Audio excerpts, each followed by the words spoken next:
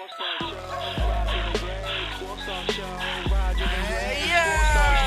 Roger and Greg, Sports Talk, yo, bringing you the news wherever you go. I said it's Roger and Greg, Sports Talk, yo, and on Facebook and YouTube you find the show. So on your laptops and phones, witness the trifecta. Now falling asleep, this isn't Mike Francesca. Any politic facts guaranteed to impress you. With sports in our blood, you can call us the professor. You don't want to miss it, cause we're bringing the hype, getting more jacked up than Mike and Mike. And right around 9, you can follow us. On Thursdays, you heard, save a spot for us. The talk is us, plus we're on top of stats. And Greg will let you know that you can Roger that. I said it's Roger and Greg, Sports Talk, yo, bringing you the news wherever you go. It's Roger and Greg, Sports Talk, yo, make sure to tune in when we start the show. Hey fans, my name is Roger. Check out my brand new show, Roger Sports Talk, on YouTube and Facebook. And you can also find it on www.rogerandgregsportstalk.com, bringing you hot news every single week. Stay tuned, fans. You're going to like what you see. There's no more Roger and Greg Sports Talk. Greg was a little bitch and he took off. So, what can I say? It's a brand new show. It's a brand new day. Roger Sports Talk. Peace. Welcome, everyone, to the debut show of Roger Sports Talk. Welcome, fans. Appreciate you tuning in. I got a good show in store for you. Just to update you fans about an issue that happened a few days ago. Greg quit the show. He no longer wants to do it. So Roger and Greg Sports Talk is basically done with all the hard work that was put in. It went really unnoticed to Greg. Greg just wants it his way. He doesn't really think of it as our show. He just thinks it's his show. He wants to take leadership and just basically use me as just basically to fill in the spot, just to be there to talk with him and help bring up topics and, of course, do the editing job. And I don't think that's right. So Greg quit the show. Greg, good luck in your future endeavors. I hope you the best of luck with your new show.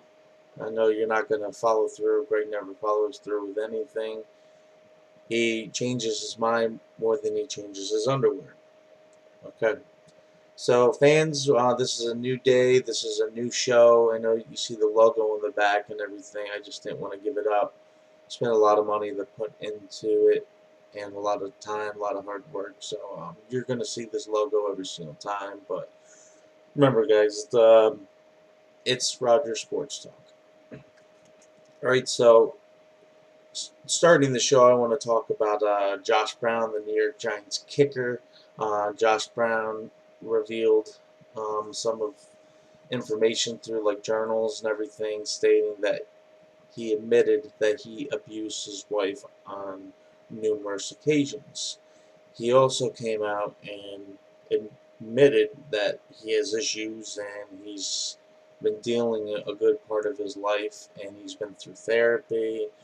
You know, he's been getting help for a while, but just recently, the football league suspended him for one game, for just one incident. There was more than one incident that the football knows of, so they should have suspended him 6 games. That's the minimum.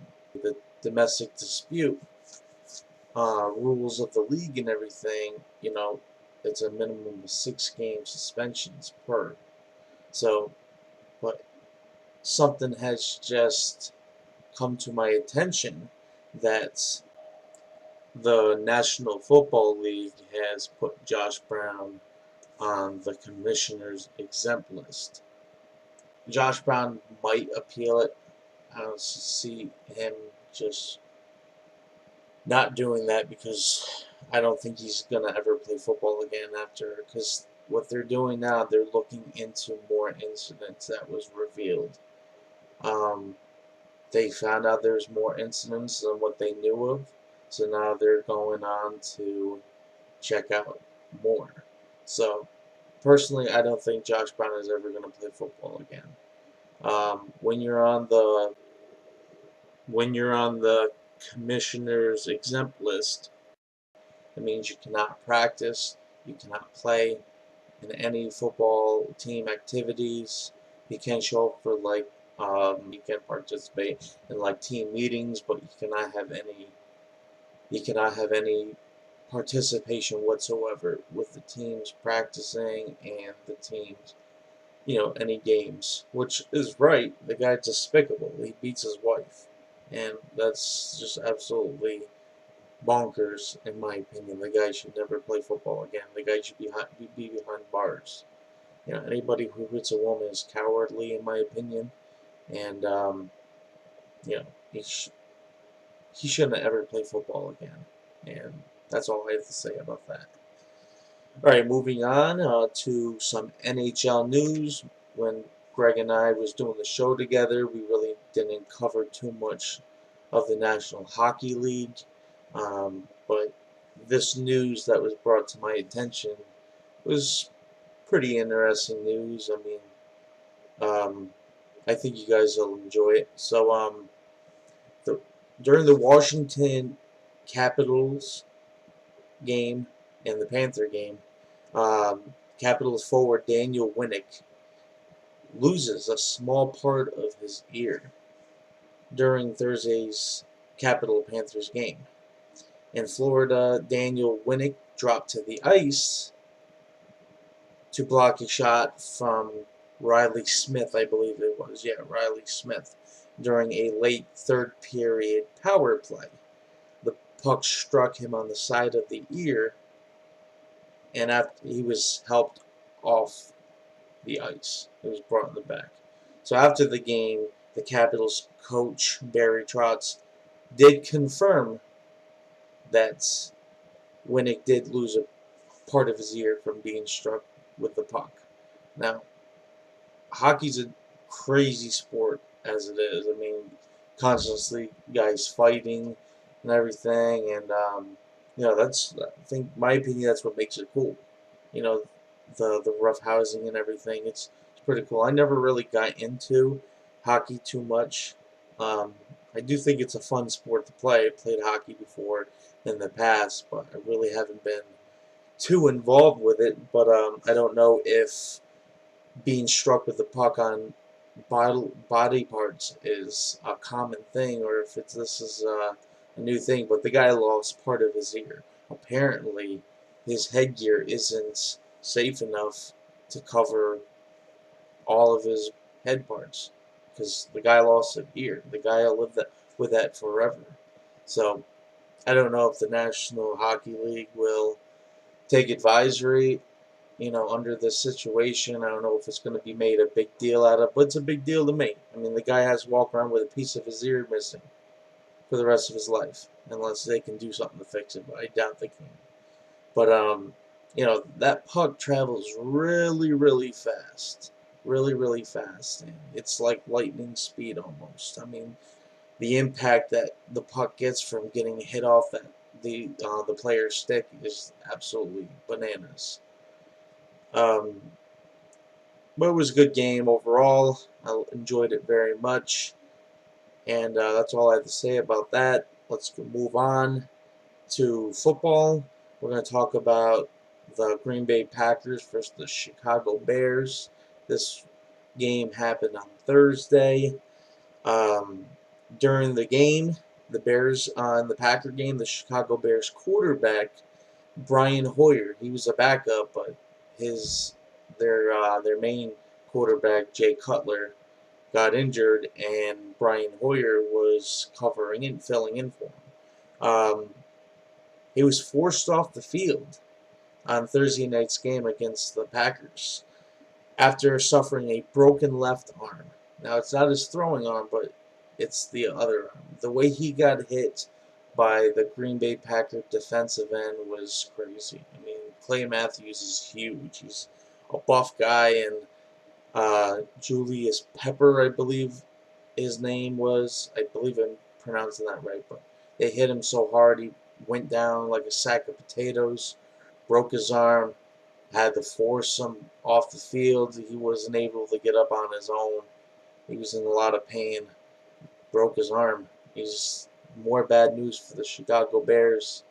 Now they're going to be relying off of another quarterback who hasn't played a game since 2014, but within his last 4 games he appeared in, he threw more than 300 yards, but that was all the way back in 2014. I don't think there's any kind of momentum that he can pick up on. He hasn't played a game in since 2 years, since 2014. I don't see him just coming in there and being very effective right away. I think it's going to have to take time before it gets back in the swing of things, even if the Bears go in that direction. The Bears have had a very, very heartfelt, emotional, rough season so far. Their season's just about over with. There's no hope for them, I think. So, for the Packers game, I thought it was very good. The Packers looked very good that game. They looked like Aaron Rodgers looked like his old self. The Green Bay Packers defeated the Chicago Bears. As you know, the score was 26-10. Devontae Adams racks up 132 yards and 2 touchdowns as Green Bay moves to 4-2 on the season. Now, Green Bay is one of my second favorite teams in football. My first favorite team is the New York Giants, but the Green Bay Packers is my second favorite team. If they play well as what they did tonight, it would be awesome. I'd love to see them with a winning record. I'd love to see them, make it to the playoffs at the end of the season. And Aaron Rodgers, I know a lot of people say Aaron Rodgers is washed up. He's not the same quarterback as what he once was and everything, but he certainly showed why he was at once considered one of the best quarterbacks in the game. Aaron Rodgers will set the Packers' single-game record for completions with 39 completions. I think the only person who's done that was Brett Favre, maybe. I think that's who it was. But he threw 3 touchdowns. He had no interceptions. His QBR is almost double than what it was last week against the Dallas Cowboys. Last week versus the Cowboys was 35.4, and it was all the way up to 72.2. So that's pretty impressive. I mean, is it just because they're playing a beat up Chicago Bears team? Probably, but if they can build upon that game and take that momentum and move forward, that would be very, very good. That would be very awesome. I'd be very, very happy. In some more Green Bay Packer news, the Green Bay Packers' Eddie Lacy needs surgery on his left ankle and was placed on the injured reserve by the Packers on Thursday. I've seen this guy play. This guy is an absolute beast. I mean, he's huge running the ball. I mean, it takes a good 2 to 3 guys to take him down. I mean, he's a monster. And that's definitely a big hit to the Green Bay Packers. I liked him very much. Can't wait for him to return if he does. But time will only tell. All right, now let's move on to the Major League Baseball. We're covering the playoffs. As you know, the Indians, the underdogs, have defeated the monster Blue Jays. I thought the Blue Jays would have been the favorites. The Indians swept them 3-0, and that's crazy. I mean, the Blue Jays hitting was almost non-existent. They had a hard time hitting the ball. I mean, Andrew Miller was absolutely fantastic. He was unhittable. The guy is so good that you don't even need him in the ninth. Terry Francona been using him even out of the ninth inning. He's a closer in other teams, but they haven't been using him in that way. Terry Francona has been bringing them in really big innings where they need to keep the lead, when they need to keep the inning short, and when they need to keep the inning safe.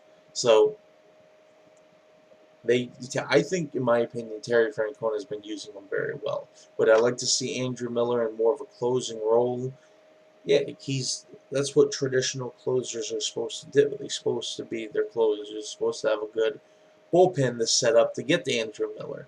But I think Francona's a little sketchy on it, so that's why he's using Andrew Miller in most need situations, and it's been paying off. I mean, the guy comes in there and he's absolutely unhittable. I mean, he's one of the best. He's one of the best middle relief pitchers in the league. Blue Jays, they had a good postseason before the Indians. They went on to sweep the Texas Rangers. So I think it was, yeah. So, only time will tell what shows. I know there's a lot of buzz that Jose Bautista and Edwin Encarnacion might not return next year, and those guys might go elsewhere in free agency. Guys are getting old. I mean, Jose Bautista's slowing down and right. Edwin Encarnacion is getting old too, but they're still very, very good hitters. So can have the potential to hit over 40 home runs.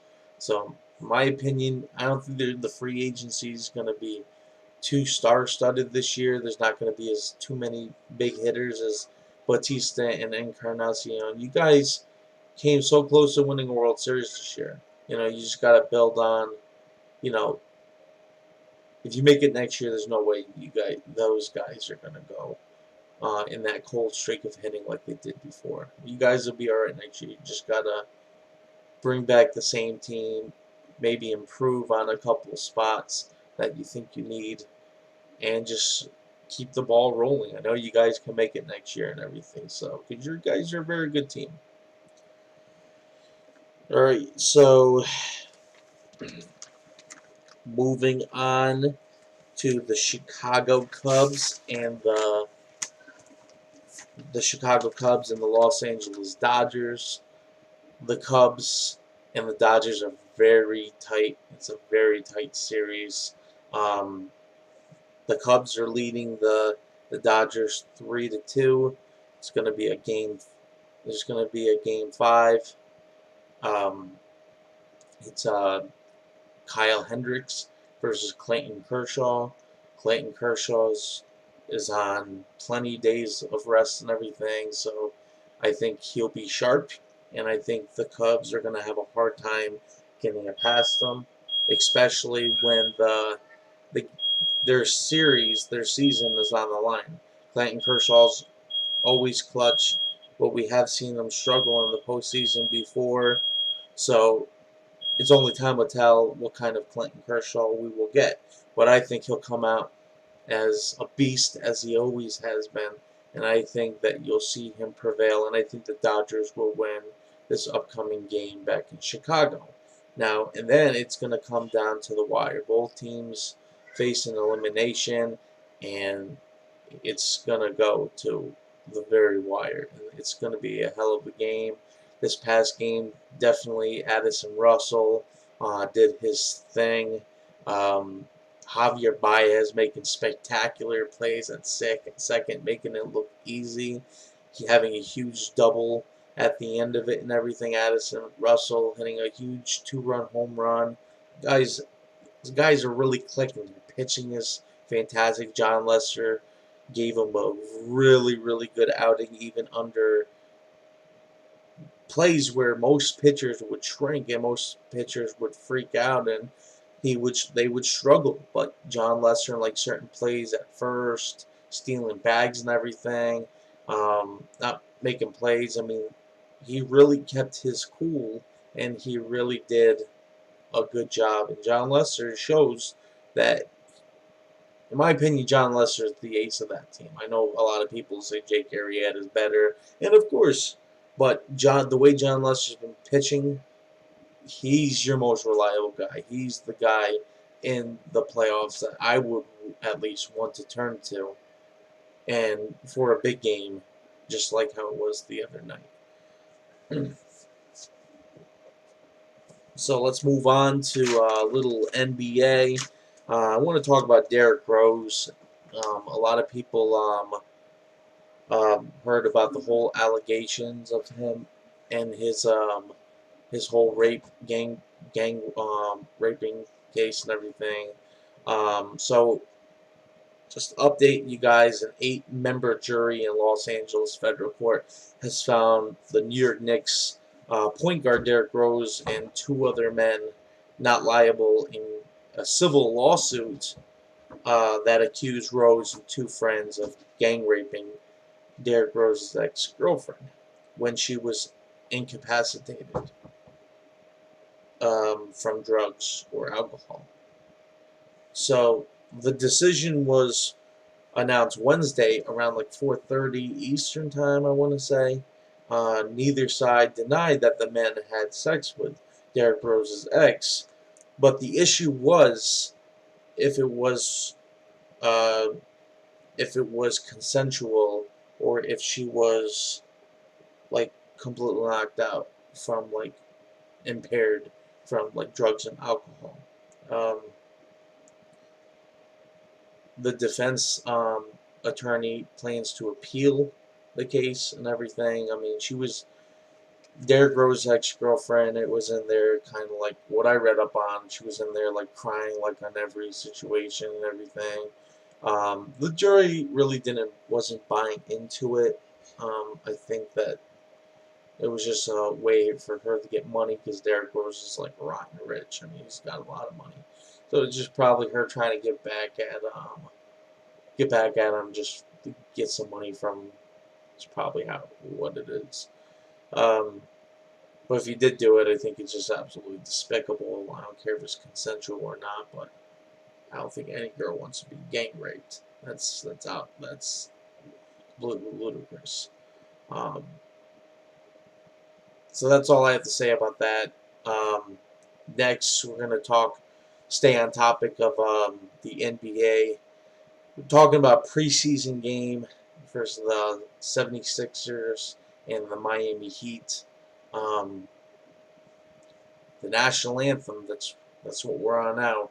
The national anthem, there was a female who was singing the national anthem, and she had the audacity to take a kneel wearing a Black Lives Matter shirt underneath it. And it's spreading. It's spreading from the National Football League, and now it's in basketball. And, you know, I mean, I agree with what they're saying with and everything, but I don't think you should sit or kneel through the national anthem. It's terrible. I mean, shouldn't do it. You know, honor the people who died for your country in the past. Honor that country who keeps you safe every day. It's ridiculous. I don't like it one bit. But eventually it's spreading. It's going to be spreading through all out of sports pretty soon. Yeah. I don't think it's good. I don't like it one bit. Alright, moving on for our last subject of the day, our last topic. We're talking about WWE. Goldberg returned to Monday Night Raw, and a very emotional roller coaster of a ride from him.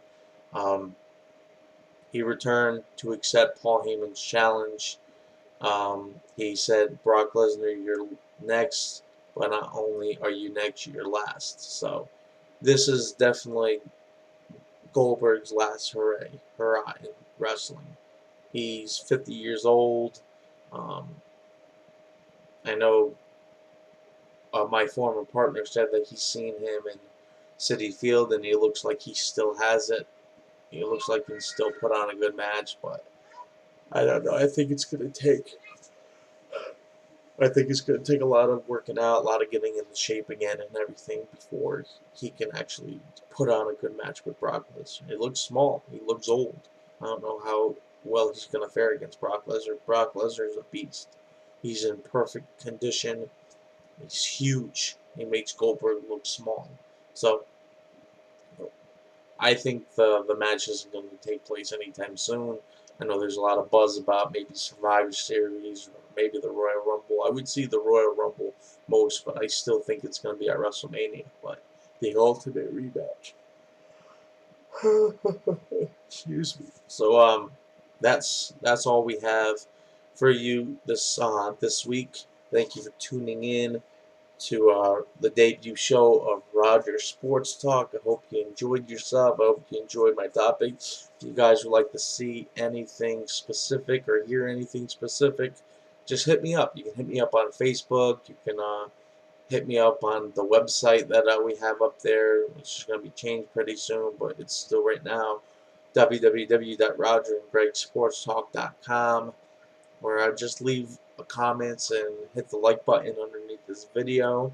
And I thank you very much for tuning in, and we'll see you next week. Peace.